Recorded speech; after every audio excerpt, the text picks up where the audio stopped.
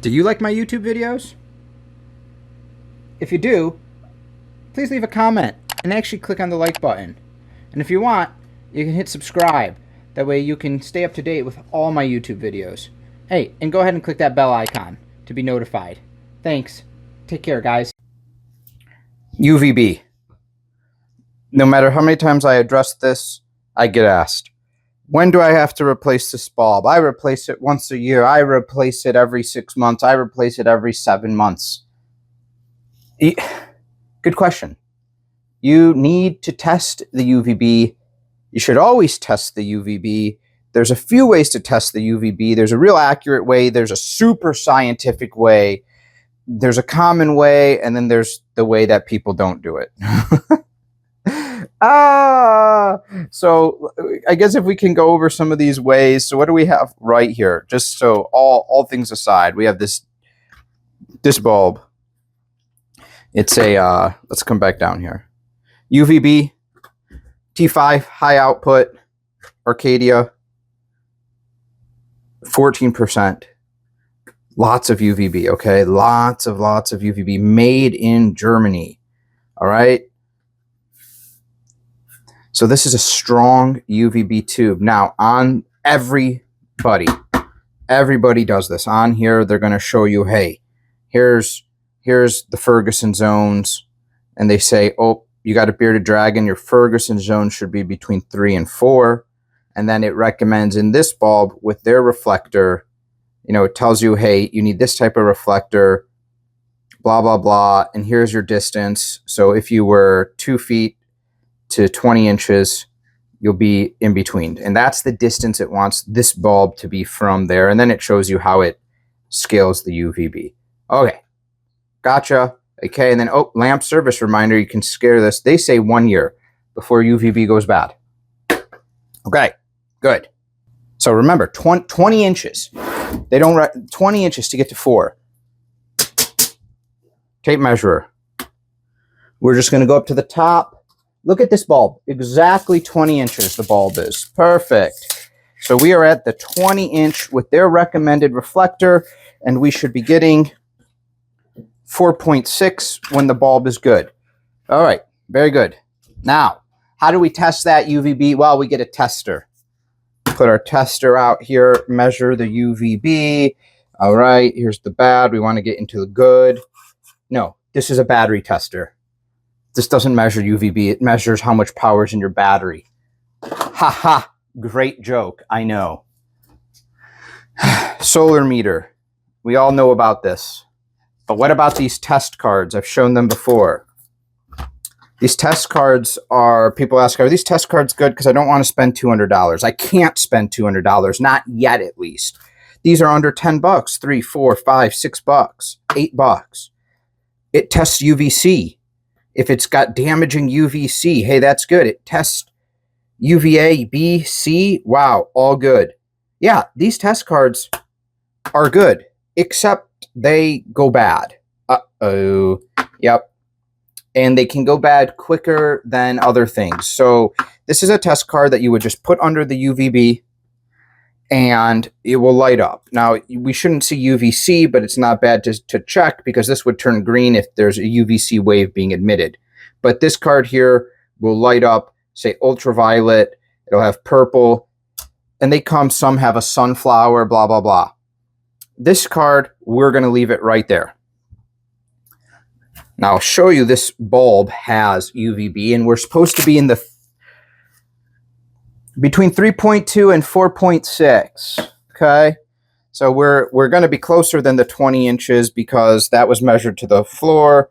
So we'll probably be, I don't know, 3 inches. We're going to say we're 17 inches away. We're directly under the bulb. We're going to turn this bad boy on, and we're going to get 3. Pretty good. This bulb's been going for over a year. It's lost a little bit of its UVB. Remember, these things do run out, but there's something else I have to bring up that's going to affect the bulb's performance. What about this test card? It says 15 seconds. Nothing. This test card's gone bad. This test card was from 2020. Not even 4 years old. Why did it go bad? How can you keep these cards going longer? I actually had this card go bad on purpose. I kept this card for a long time, 2 years, and then I wanted it to go bad. If you put this in a dark drawer, close the drawer, it's not going to be exposed to any UVB. The cells will stop working. This thing will stop working. You still should replace these. Even if you replace them every year, it's great. But you can maintain this by just leaving it out in a lit area. It doesn't have to be under a UV. Now, supposedly, if you were to keep this underneath a very strong UVB source, that eventually the cells in there and everything would start working again. But then how accurate is it? So look, I'm going to take this card and we're just going to hold it. Now, what type of UVB would we get this close? The solar meter's going crazy. 30, 40, 33. So the solar meter at that close is really, really picking up that strong UVB. We have the test card. We're just right under it. Well over the 15 seconds. Nada. Zip. Zero in the end. And that's the important part, is you don't know when to replace your UVB unless you're testing. If you go by the pattern of, hey, you want to replace it every so often, what the box recommends, yeah, you can be better safe than sorry, but you do start burning through price. Now, an ultimate way is if you had an adjustable basking spot. What if you had a hammock that was suction cupped on? So as you were further away in the beginning, and as that bulb started to dull, you're able to raise an inch, raise an inch, raise an inch. You could put stones here, something to pile this up, build a shelf, and then you're closer, because now it's like, oh, I have to replace this bulb soon, but it's still pumping out 30 UVB. It's just not getting down. Well, here's another problem. Bum, bum, bum. How many of you guys clean your UVB bulb or clean your reflectors? That's right. Here's your metal reflector. This, especially if you're in a tank that has dust, right? Look at, there's dust. You've got stuff on there. There's dust. They kick up dust. There's dust on the back wall. There's dust on the temperature probes. I have to wipe those to keep them accurate. But if you've got dust up there, that could affect your UVB. How do you do this? Bulb has to be off. The bulb can be cool. You can just use some Windex, anything that's got some alcohol so it evaporates, and some paper towel and wipe it down. I'm going to do this off camera, and then I'll show you the results on this clean paper towel. Here we go. Let's look at this. That's just from wiping the side. Yeah, it's dirty. That's from the bulb. It's from the reflectors. Now you look at the reflector and it's not all matted. It's nice and shiny. So what's that going to mean for our UVB test? We should see higher numbers. Not drastically higher, 0.1, 0.2, maybe be more stable. We're going to come right under it like we were before. And press this thing, 3.1. Very good. If we angle it a little bit, we'll probably get 3.2. Yeah, there it is right there, 3.3. So yeah, we get a little bit better numbers.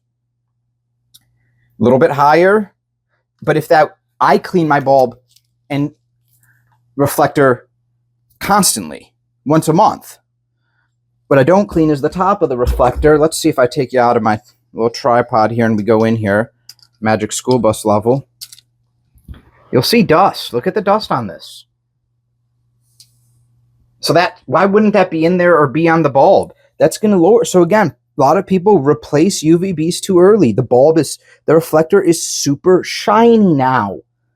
It's going to reflect that UVB down. Well, what if you don't have a reflector? If you don't have a reflector, you'd probably almost get 0 down here. 20 inches away, the same bulb, no reflector, 0. Yes, the reflector is important. Keeping the reflector and the bulb clean, super important. All right, guys, take care. Thank you guys for supporting my reptile rescue family.